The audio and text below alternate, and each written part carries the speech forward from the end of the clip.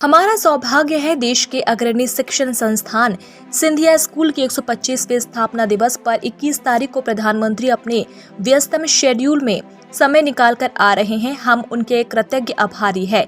केवल संस्थान ही पूरे ग्वालियर उत्साहित है उनके स्वागत के लिए। एक महत्वपूर्ण समय सिंधिया स्कूल के इतिहास में भी है। 1897 में स्थापित शिक्षण संस्थान माधव महाराज प्रथम के द्वारा स्थापित केवल ग्वालियर ही नहीं देश के लिए बहुत महत्वपूर्ण स्तंभ के रूप में भारत के विकास और प्रगति में स्थापित हो चुका है। सिंधिया ने कहा कि मेरा आज अलग अलग पोलिंग के कार्यकर्ताओं के साथ हमारी महत्वपूर्ण कैंपेनिंग शुरू हो रही है। अब निरंतर 8-10 दिन दौरा करूंगा। कमलनाथ के कपड़ा फाड़ बयान पर केंद्रीय मंत्री ज्योतिरादित्य सिंधिया ने किया पलटवार। उनका काम है, मुझे मालूम है मेरी सोच कांग्रेसियों की नहीं है जो हर चीज को पकड़ पकड़ कर फाड़े। मेरी सोच है हम अपने काम में ध्यान दें। उनको अपना काम देखना है, हमको अपना काम देखना है। मेरी सोच सदैव सकारात्मक रही है। मेरी सोच सदैव जनता के विकास और प्रगति और संगठन को मजबूती प्रदान करने की रही है। अपने इर्द गिर्द नकारात्मक तत्व सदैव कांग्रेस के रहे हैं, लेकिन जो समय हमें दिया गया है इस पृथ्वी पर उस समय का उपयोग करके लोगों की आशाओं आकांक्षाओं पर खरा उतरना, मेरे पूर्वजों की तरह, मेरी आजी अम्मा की तरह, पूजा पिताजी की तरह प्रधानमंत्री जी के पद चिन्ह और उनके दिखाए रास्ते पर चलना, हमें लोगों की सेवा करना, यही मेरी कोशिश और लक्ष्य है। आप समझिए कि अगर मैं कोई टिकट टिप्पणी नहीं कर सकता, दो लोगों के बीच में हो रहे दिग्गज नेताओं के बीच में ही इस स्थिति पर चर्चा हो रही है। अगर मुझे प्रदेश की जनता पर विश्वास है, ये होने नहीं देगी, लेकिन अगर उनके हाथ में शासन आएगा तो जनता क्या हाल होगा। उन दोनों के बीच ये हाल है, फिर जनता का क्या हाल होगा।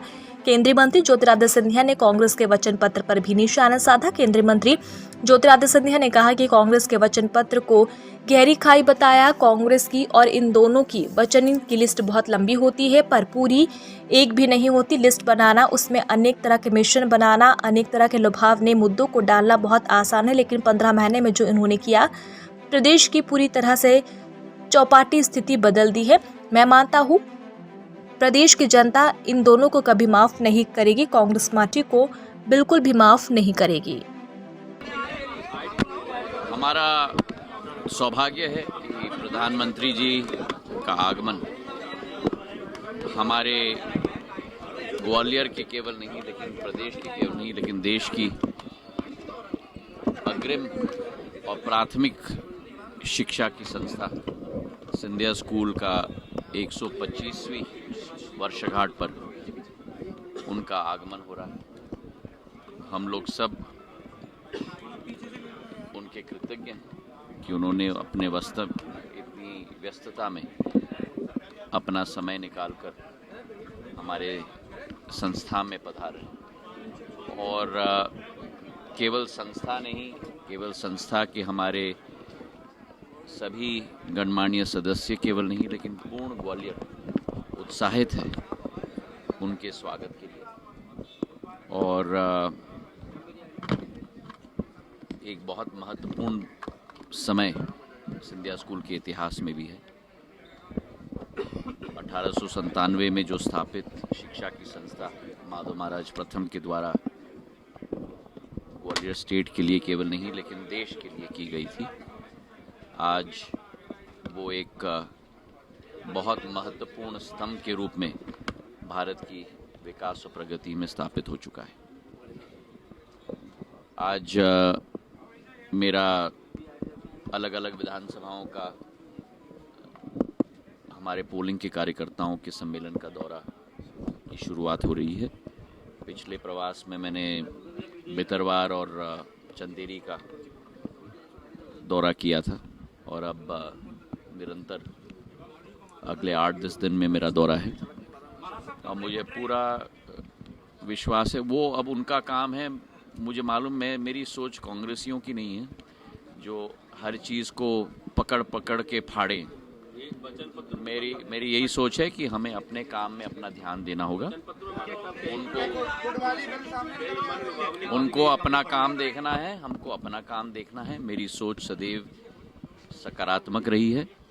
मेरी सोच सदैव जनता के विकास और प्रगति और संगठन को मजबूती प्रदान करने की रही है।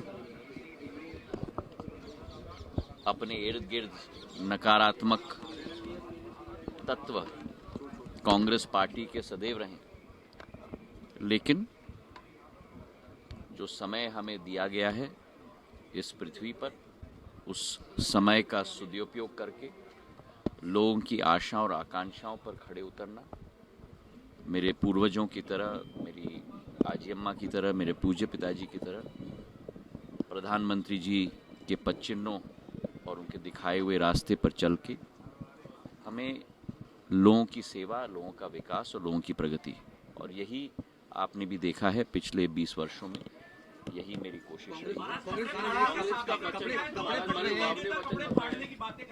क्या हालत होने वाली है? अब आप समझो कि अगर, और ये मैं कोई टीका टिप्पणी के रूप में नहीं, लेकिन अगर दो लोगों के बीच में ही, दिग्गज नेताओं के बीच में इस स्थिति पर चर्चा हो रही है, तो अगर, और मुझे विश्वास है प्रदेश की जनता ये होने नहीं देगी, लेकिन अगर उनके हाथ में शासन आएगी तो जनता का क्या हाल होगा?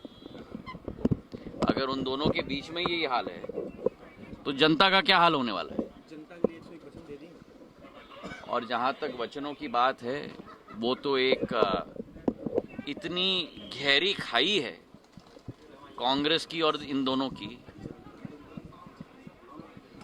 कि वचन की लिस्ट तो बड़ी लंबी होती है पर पूरी एक भी नहीं होती। मैनिफेस्टो बनाना, उसमें अनेक तरीके के मिश्रण, अनेक तरीके के लुभानवी मुद्दों को डालना, ये बहुत आसान है, लेकिन 15 महीनों में जो इन्होंने मध्य प्रदेश का पूरी तरह से चौपट स्थिति कर दी थी, मैं तो मानता हूं कि प्रदेश की जनता इन दोनों को कभी माफ नहीं करेगी और कांग्रेस पार्टी को माफ नहीं करेगी। महाराज, एक ग्वालियर दक्षिण से आप चुनाव लड़े, इसको लेकर देखिए, मैं भारतीय जनता पार्टी का मैं सामान्य कार्यकर्ता हूं। ये भारतीय जनता पार्टी की फौज है। जो भारतीय जनता पार्टी की संगठन तय करती है, वो हर कार्यकर्ता को उसके आधार पर कार्य करना है। और आप देख ही रहे हैं कि पिछले 3-4 महीनों से, चाहे मुख्यमंत्री जी हों, चाहे प्रदेश अध्यक्ष जी हों, चाहे नरेंद्र सिंह जी हों, चाहे शेजवलकर साहब हों, चाहे प्रदेश का एक एक नेता स्ट्रोक कार्यकर्ता हो, पूर्ण लगन से लगा हुआ है। और उसी तारतम्य में हमें उसी